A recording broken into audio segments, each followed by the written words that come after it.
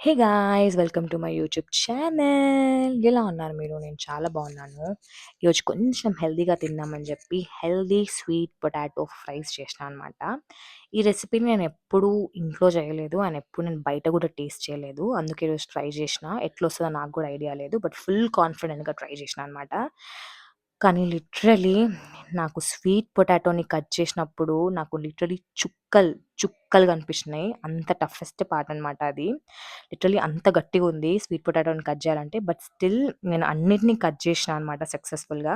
అలా కట్ చేసిన పొటాటోస్‌ని మంచిగా బౌల్‌లో వాటర్ ఏసుకొని, దాంట్లో పొటాటోస్ అన్నిటిని ఏసుకొని 2 టైమ్స్ నేను వాష్ చేసుకున్నా. సో దట్ స్టార్చ్ అంతా మనం రిమూవ్ చేయాలి. సో దట్ అది స్టిక్కీగా ఉండొద్దనమాట.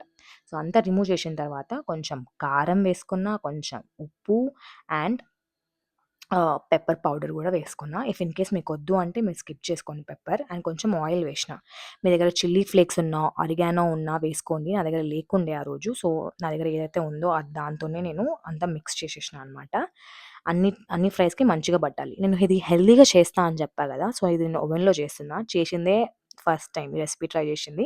అది కూడా హెల్తీగా చేద్దాం అనుకోని ఇంకా ఓవెన్‌లో పెట్టేసిన. సో ఫుల్ కాన్ఫిడెంట్‌గా నేను ఇది ఓవెన్ ప్లేట్‌ని మంచిగా గ్రీస్ చేసుకొని, ఆల్రెడీ ఓవెన్‌ని 180 డిగ్రీస్ దగ్గర ప్రీహీట్ చేసుకొని పెట్టుకున్నా అనమాట.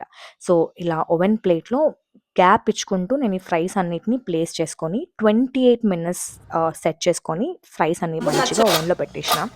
చూసినారు కదా ఎట్లా వచ్చిందో. ఫుల్ క్రిస్పీగా ఉంది. కాకపోతే నాకు చాలా డ్రైగా అనిపించింది. ఇఫ్ ఇన్ కేస్ మీకు ఇది చేసుకోవాలనిపిస్తే you can go with air fryer or deep fry ఆయిల్‌తో ఫ్రై చేసుకొనైనా తినండి.